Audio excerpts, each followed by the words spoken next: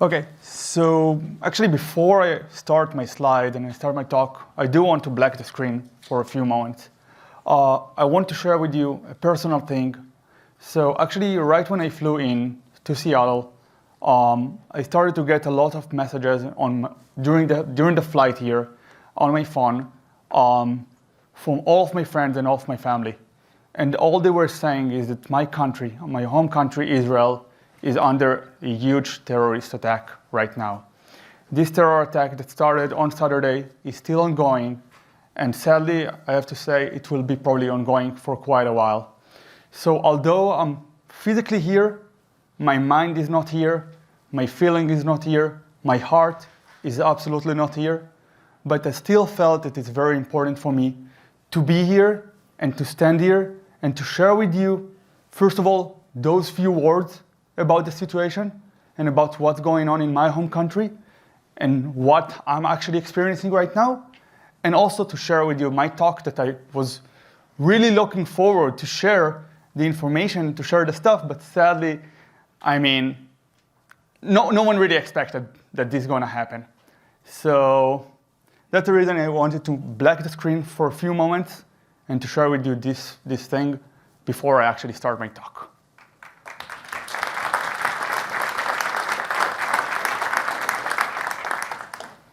Okay, so my talk is from RTFM to RCE, an unexpected dive into the remote desktop protocol. So a little bit about myself. My name is Dor Dali. I'm the head of security research at Seattle. My experience is mainly with AppSec and infrastructure security. I have over 10 years in the cybersecurity field, pretty much since the age of 14, to be honest. So many years in this field. And currently I work for a company called Seattle. I'm not going to market Seattle. I'm not going to say a lot about Seattle. But all I'll say that Seattle does is secure remote access. That's what we do. And that's what the research that we are doing there is focused on. It's focused on remote access applications and remote access protocols. Now, when we think of remote access protocols, I believe that if I'll ask most of you, what is the first remote access protocol that comes to your mind, I believe all of you will have the same answer. And I'm not going to say the answer right now, although you probably already know because you came to this talk because of that answer. So the topics that we'll cover today are introduction to RDP, the remote desktop protocol, to understand a little bit about what is this remote desktop protocol. We'll talk about our research. What was our research approach? And why I'm saying the research approach? Because we did take a quite unique approach in the research. And this is a spoiler. The next one is a spoiler. We'll talk about RTFM and other resources that we can use to utilize this approach, this unique approach.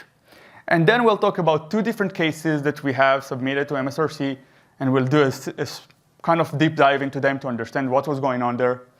And at the end, we'll have some kind of summary of what we talked.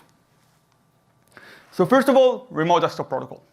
Although I believe that most of you know what is remote desktop protocol, if it's the first time you hear about this protocol, I bet that you actually saw this protocol sometime during your work, because the screen on the left, the remote desktop connection, this is what actually uses the remote desktop protocol.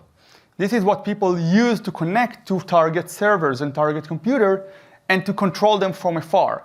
So imagine you have a computer and you in some other place, and you want to connect to it. All you do is you open what's called MSTSC client, and then you plug in the IP or the host name of the server, and you connect to it. And you have full control of this of the target computer. This also allows you to have to share the clipboard, to share drives. This is a very vast protocol. And that's also bring me to why we decided to research this protocol. So as said, this is a very popular protocol. A lot of people are using it. Second of all, it's quite legacy. And while it's legacy, because it's been existing for a long time, it's still being kept for longevity. And that's why we keep hearing about enhancements to this protocol and a lot of additions. This means that we have a protocol that is being long-lived, which might also mean that we have long-lived bugs in it. And of course, this is a prime target for cyber attacks. We hear a lot about vulnerabilities and bugs and all different kinds of cyber attacks using this protocol. And on the right side of the screen, we see an image from a tool that I believe that most of you know. I know it belongs to the other track that is going on right now, the threat intel, but this is a tool called Shodan. And all I did was to look for servers that have the port 3389, which is the default port for RDP, and I found over 5 million servers that are connected to the internet and are actually exposed to the internet with this protocol, which means that all those servers are accessible through RDP. Of course, you need some kind of authentication, but you can access them via this protocol.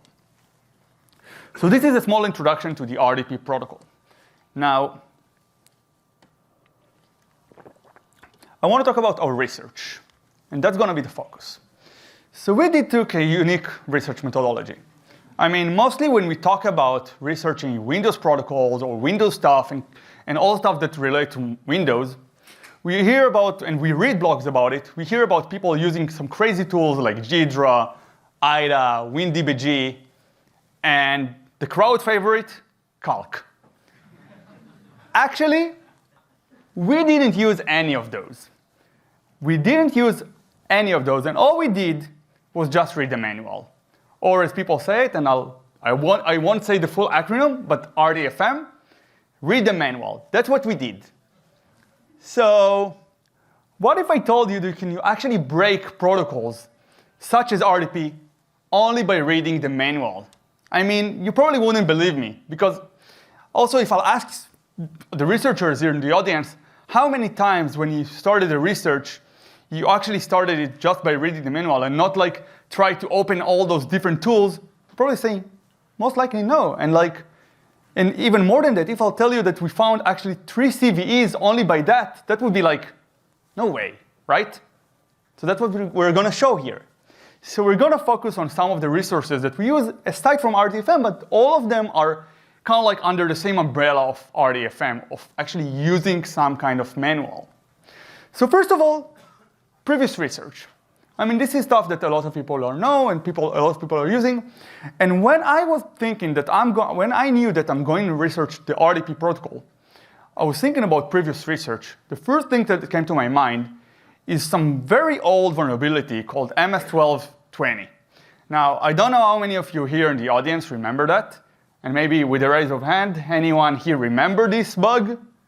Okay, so there are quite a few. But I totally remember back then in 2012, I was working in some cybersecurity company, and this bug got released. And the madness that happened, all the havoc that was, oh my God, we need to block all the RDP servers right now because there is an RCE on all the RDP connected computers. That was insane. So this is the first bug that I remember in the RDP world. But then we have one that is more famous, BlueKeep. And this one, I believe, with a raise of hand, who here remember BlueKeep?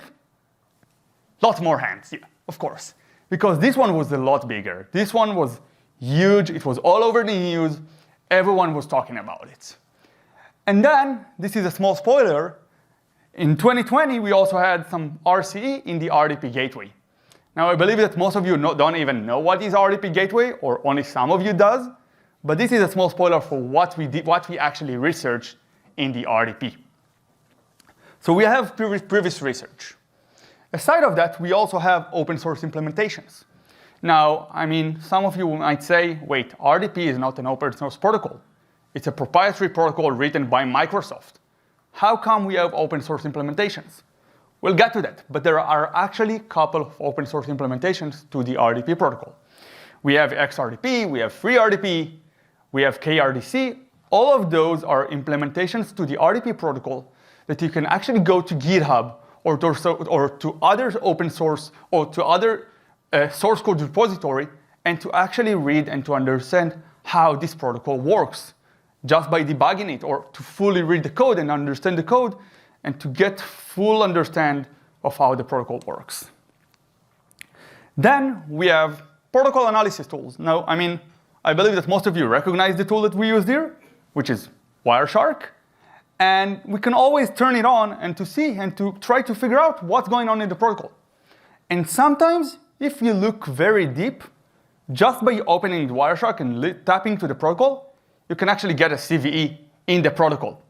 So I'm not going to talk a lot about it, but essentially all we did was to open Wireshark, tap the protocol, and then to see that the version of TLS that is being used here, which is Datagram TLS, the UDP version of TLS, it's an old and deprecated one. So actually, up until now, up until this year, the version of DTLS that was used by the RDP gateway was DTLS 1.0, which is already deprecated 2 years ago. And it was still in use, and all I did to get this CVE, open Wireshark. I mean, I guess that was the easiest bounty and the easiest CVE ever in MSRC. OK, so we do have that. And then we have the main tool that we used, which is something called protocol specs. Now, I believe that most of you don't know what protocol specs are. And if you don't know, I really suggest to you to Google it or just to go to the link below, because the protocol specs is something very interesting. We tend to believe that Microsoft and a lot of other big companies their proprietary protocols are not open source. And we don't know how the protocol works. So that's why we always tend to use what I call the big gun tools, such as Ghidra, WinDBG, all those tools. But actually, there are a lot of information about how the protocol works in the website, in the vendor website itself. In the Microsoft case, Microsoft actually shares all the protocol specifications on their website as part of something they agreed back in 2008, if I recall correctly, of Open Specifications Agreement. And there we actually have over 1,000 PDFs that actually give full explanation of how their protocol works. From RDP to SMB to NTLM, we have full explanation of what the protocols are, what they intend to do, how they work. And that's the main tool that we used. So now, let's talk about our targets. So we know what the research was, what research methodology we're going to use. We know what resources we have, and now we need a target. So we talked about the RDP, and we decided to focus on, because the RDP is a very vast protocol, we decided to focus on something specific in the RDP protocol. We focused on something called RDP Gateway. Now, RDP Gateway is a very cool thing that Microsoft offers as a server world. RDP Gateway allows you to have your RDP servers, the servers that you want to open to the world as RDP, put them behind the RDP Gateway and have the RDP Gateway to be the proxy to those servers. So essentially, a client that want to connect to some target server, which is in an intranet area or an on-prem network, he connects using a TLS tunnel to the RDP Gateway, and then the RDP Gateway is the one that initiates the RDP connection to the target server. So we put the RDP Gateway on the internet, and that's the only thing that is exposed to the internet. We don't need to expose any server to do the connection. And then the client connects to the RDP Gateway. And this is pretty easy to install. I mean, if you have a Windows Server, all you do is just check the remote desktop service, and then you have an RDP Gateway. So, and how it looks from the client side, this is how it looks like. As you probably know, the RDP files are just the text files with a lot of attributes in them. And if you look on this RDP file, we have at the top gateway hostname and then full address. So gateway hostname, this is the gateway address. This is the gateway that will tunnel the connection. And the full address is actually the internal address, internal IP of the server, which is not exposed to the internet. And then when the user will click on this RDP file, the only difference that you will see, or you might not even notice, is the fact that we have here a new line underneath which says gateway server and the server address. So it's not even that noticeable to the client if he uses an RDP file with a gateway server or without it, because it all looks pretty much the same aside from the bottom line of gateway server. So we talked about the manual, a lot about it. So let's start to read it, right? That's what we are here. So as said, the remote desktop gateway server RDGSP protocol is used primarily for tunneling client-to-server traffic across firewalls when the remote desktop gateway server is deployed in the neutral zone of the network. I'll skip the next part, and then the RDGSP protocol uses either HTTP or RPC over HTTP as the transport for establishing the main channel. So we do have here also main channel. If you'll continue to read, we also have side channel. We'll talk about it later.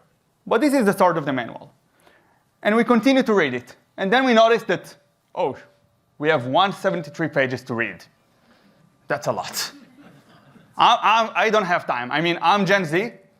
My attention span is like 3 minutes, not even less than that. It's like a TikTok or Reel. I'm not going to read all of that, right? So I need to focus myself. I need to understand what I'm looking for. I need to understand what do I want to achieve from this PDF file, from this huge PDF. So the stuff that I want to achieve and I want to get from that is first of all to understand the protocol. I want to understand the general workflow of the protocol, and I want to understand what data types are there and what messages are being sent over the protocol. Second of all, I want to understand what they want, what the developer of this protocol want me to do. But more than that, I want to understand what it doesn't want me to do. Because we as researchers, we always try to think what the developer didn't think that we'll think, right? So we want to understand what the developer didn't want us to do. And that's what we did. So first of all, as said here, let's understand the protocol. Let's get to understand the general workflow of this protocol, and it's pretty simple. The protocol starts with an HTTP request. As said, we have some kind of TLS tunnel. The protocol starts with an HTTP request and authentication to the gateway. After we have the authentication to the gateway, we have some version and capability negotiation, which actually tells the gateway server what we support and what we don't support as the client. And then we have two things that are being created. We have a tunnel and a channel. Now, what are tunnels and channels? And the best way to explain it is like roads on the highway. Tunnel is the highway. Tunnel is Highway 5, as we have here in Seattle, as you have here in Seattle. And channel is the lanes. You can have multiple channels on one tunnel. That's very important. So we do have a tunnel, and we do have a channel, and we can have multiple channels. And now, let's start to talk about one of the case studies, the RCE. So we are looking to understand, we are reading the PDF file, and as said, we are looking to understand what the developer wants us to do. But we also want to understand what he doesn't want us to do. So we started to look for some anomalies in the PDF. And we did notice that one thing that happens a lot in this protocol, there are a lot of messages that are being sent with Unicode strings. Now, each and every time they mention this Unicode string, or some message that has a Unicode string, they did mention specifically something which probably most of you know about, something called null character. And we did see it a lot. Now, what is a null character? I wouldn't talk a lot about it because I can talk a whole lot about this null character, but essentially null character tells the computer where the strings end. So when computer gets a string and you want to know where did it end, it looks at the null character. But we did have two different messages where the PDF only told us, hey, send the message. And it didn't mention to send a null character. So we had the consent message, which looks like that. And that's a message that pops out right when you connect to the RDP gateway. And the service message, which also, as you can read here, an array of bytes which specify the message string, but they didn't mention a null character. So what we did, we sent it without a null character. They didn't mention it. We follow the PDF, right? That's the PDF is to explain to us what to do. So we follow the PDF, and we send those two strings with no null character, just as a string buffer. And the client kept on crashing. So the RDP sends a message based on what Microsoft told us in the PDF, and the client kept on crashing. We were like, are we onto something? So I know that at the start of the presentation, I told you that we didn't use IDA, JIDRA, and all those. But we did use it to figure out a little bit to understand what was going on here. And we did notice a lot of issues in the heap. And when we dug in a little bit deeper, we saw that we have some kind of heap overflow because an off by one vulnerability. So we do have here heap overflow just by following the manual, right? I mean, we didn't do anything malicious. So the attack scenario is as follows. The client will download the malicious RDP file. He wouldn't notice this small line that says that it connects to an RDP gateway server. The connection will be through the rogue RDP gateway, and the gateway will be able to run commands on the unsuspecting client just by connecting through the gateway. That's that's also pretty unique attack scenario for the RDP, because you are connecting through a malicious server, not even to a malicious server, through a malicious server, and this malicious server can run commands on you, although you are the one connecting. So let's see a demo. So what we have here, we are creating here an RDP gateway server, and then we have the RDP file. We'll look at it. We'll see that we have a gateway hostname, PyRDP gateway, for example, with a port of 8888, and we have the address, which is an internal address. As said, the address is the address of the internal network interface of the RDP gateway. We have the authentication to the gateway, and then in a few moments, it will continue, and we'll see the connection itself.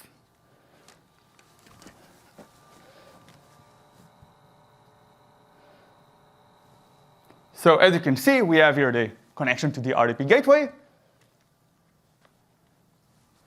Stop. Yeah. Sorry. There we go. And we connect. And as you can see, we are sending the consent message, this one with null terminator, and that's why it's working, and we continue. Now we are connected to some Docker container that I have that is running RDP on the same computer that is running the RDP gateway. And then we send a null terminated service message. This was null terminated, so it works. We get it. And now we'll send a non-null terminated. And we'll see that the RDP client just crashed. And now I know you all expected to see a calc popping out, but sadly that wasn't the situation. Because we had a dilemma. I mean, we know that we have here some heap overflow, but that was so easy to use. And we, as security personnel, we care about the security for customers, the security of the ecosystem, and we were like, okay, do we work on creating full exploit that will pop up calc, or do we report it first? So we opted in to report it first because we cared about the ecosystem, and we wanted to make sure that this bug, which is pretty crazy, is going to be fixed as soon as possible. And that's why we didn't have here like a full show-off of calc, but it actually worked because we actually got an RCE in RDP gateway by that.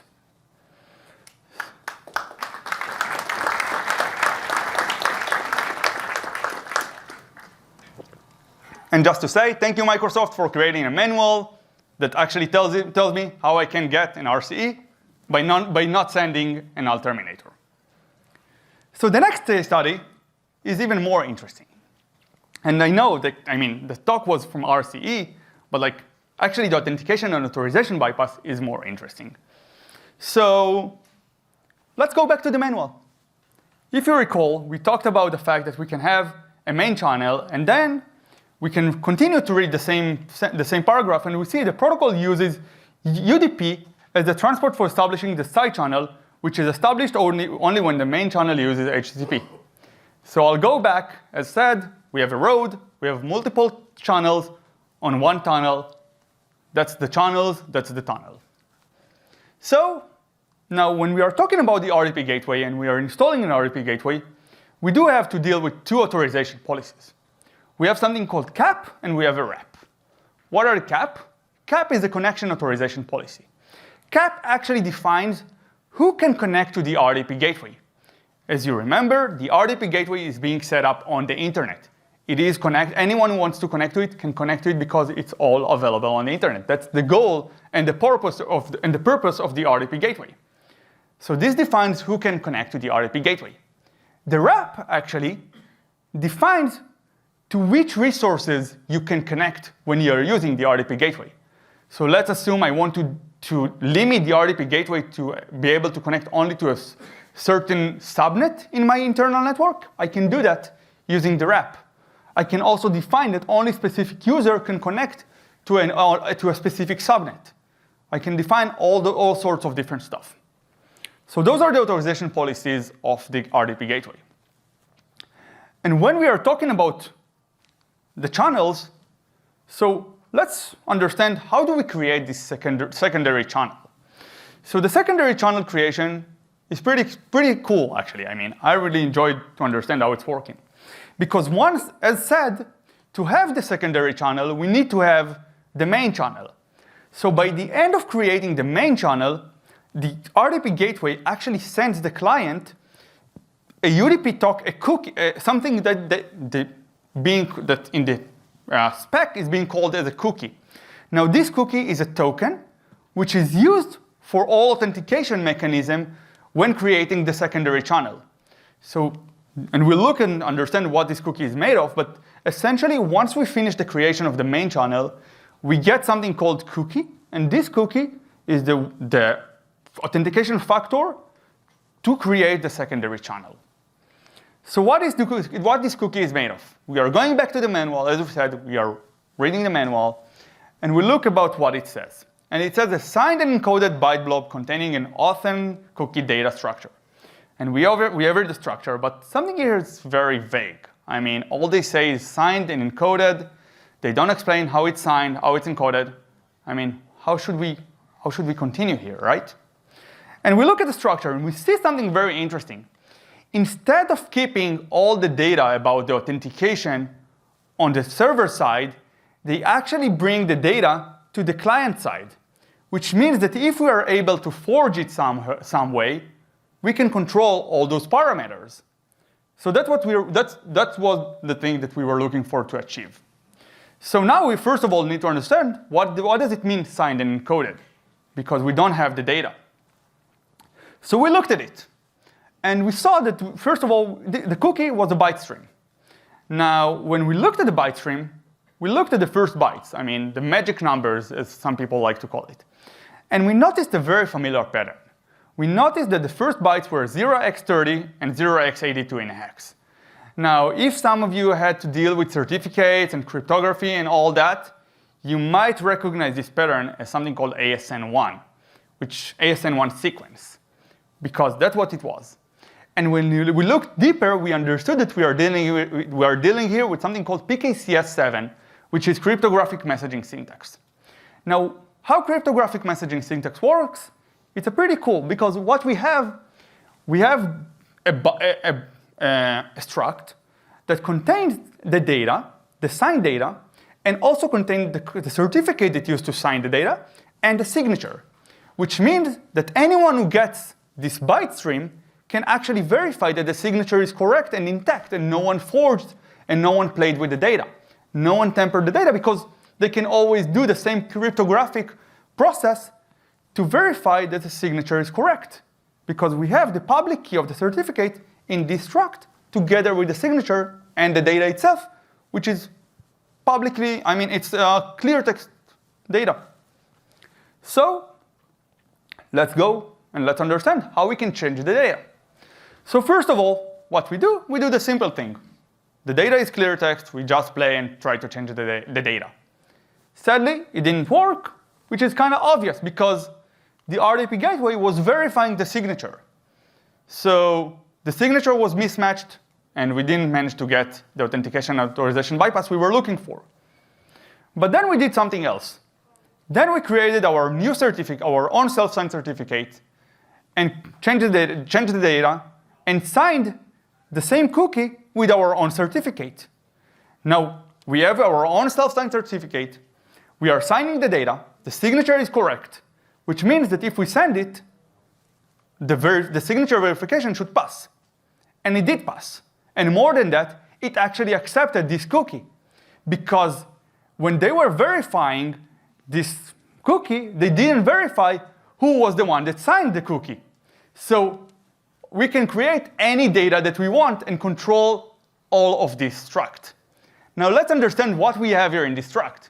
First of all, we have the username that is connecting. Second of all, we have the OSCIM, which is just like UDP. It's a constant.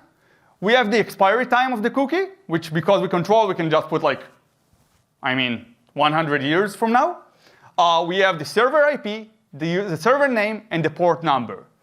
We have full control of all of those parameters because they forgot to check who was the one that's signing it.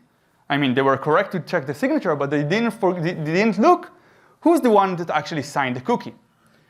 What we can do with that? A couple of cool stuff.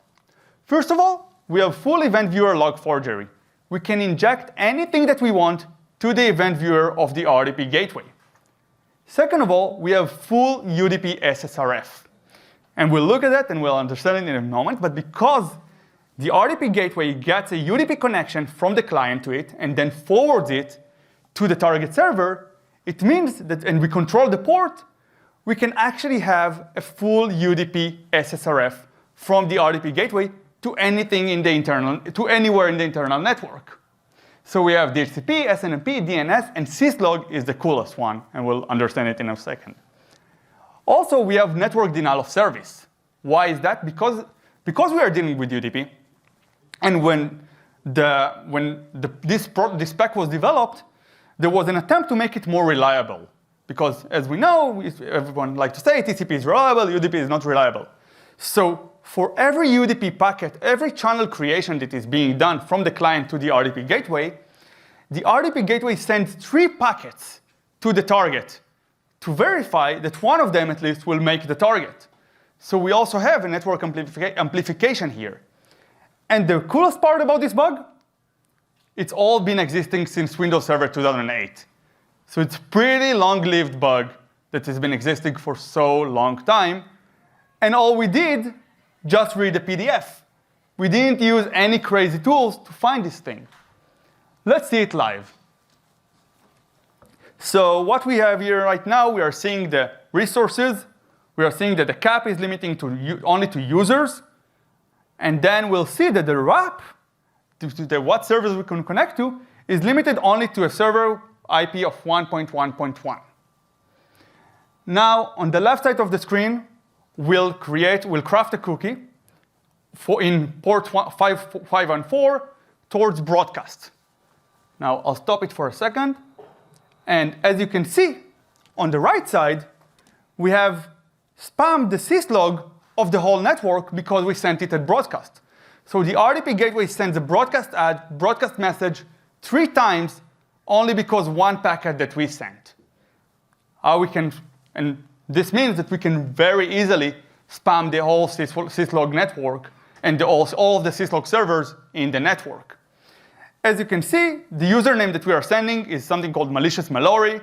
And also we have some \n being sent there. And the server name is BlueHat v21, which obviously does not exist in this network. And let's continue. So we have here the network spamming. We can spam all the syslog servers. We can spam anything over UDP. We control the IP address, and we control everything. Now, we can also see how we can inject data to the event viewer. We can fully inject anything that we want from the username to the server name to the IP address. We have full control of all of that. Think about the SIEM and all of the people that are in the SOC of your company, where you have an RDP gateway, and they start to see all those different messages, such as malicious mallory or BlueHat or whatever. They're not gonna know what's going on, and we can actually spam and flood the old event viewer and just make a mess to your SOC team in a matter of forging a cookie. Pretty crazy. Now, what is the impact here? What is the scale? So we were looking again at Shodan to understand how many RDP gateways are available on the internet. Now, as said, the goal and the purpose of the RDP gateway is to be connected to the internet. And we have about 45,000 servers, RDP gateway servers that are connected to the internet. And if they didn't patch themselves, they might be still exposed to this vulnerability because it's all existed since 2008. So this was the second case. In total, we managed to get 3 different CVEs. Once again, all just by reading the manual. And once again, thank you, MSRC and Microsoft, for giving us this manual and helping us with the research. So we have in RCE, we had this authorization bypass, which was quite unique because the impact was mentioned as critical, but the CVSS was a high, quite a unique case because it was considered a security feature bypass. We had the DTLS 1.0 usage, which all we needed to do, open Wireshark. 3 very cool CVEs just by reading the manual. So if you ask me, what should be your takeaways from my talk? First of all, RTFM. I mean, I cannot emphasize it that much, but like just RTFM. Second of all, widely used protocols such as RDP, which is very widely used. And I mean, I guess that each and every one of you uses it at least once a day, if not even, at least once a week, if not even once a day. They're still vulnerable, and we need to be aware of that. When we are using these protocols, or when we are implementing those protocols for our users and clients, to make sure that we know that these protocols can be vulnerable and to be aware of that. Third thing is also that the closed source is not always closed. I mean, we tend to believe that proprietary protocols that are being developed by Microsoft or by other companies are closed source, but there are actually a lot of information on the internet that can help us, whether if it's for research or for our own implementations, that kind of like turns those protocols to be so-called open source. I mean, there are a lot of information that can actually help us to understand how this protocol works, just as reading the code. And the last one, which is very important as we are here as an event that is being hosted by MSRC, full exploit is great. I mean, obviously we could spend time and to create a full exploit, to pop-up calc and does all those crazy things, but it's not mandatory. Because one of the main goals that we have as security researchers is to make sure that the security ecosystem is secure. And we need to know that. So if we can report our findings right away and to have the vendors be aware of the findings right away and to fix them so our customers will be secure and all the ecosystem will be secure, I believe it's more important than to have a full POC. And I mean, and I also feel that MSRC also agree with that because we also got the CVE and the credit for those bugs, although we didn't have like a crazy full exploit for those bugs. That's all from me. Thank you very much.